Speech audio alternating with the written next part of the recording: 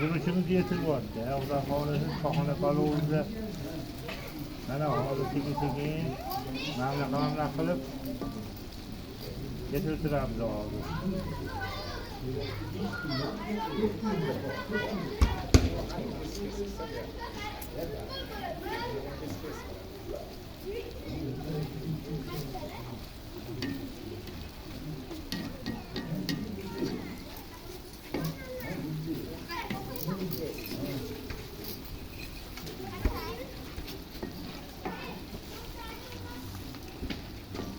Mana rangini ko'ryapsizlarmi? Bo'yalyapti bu hozir mana.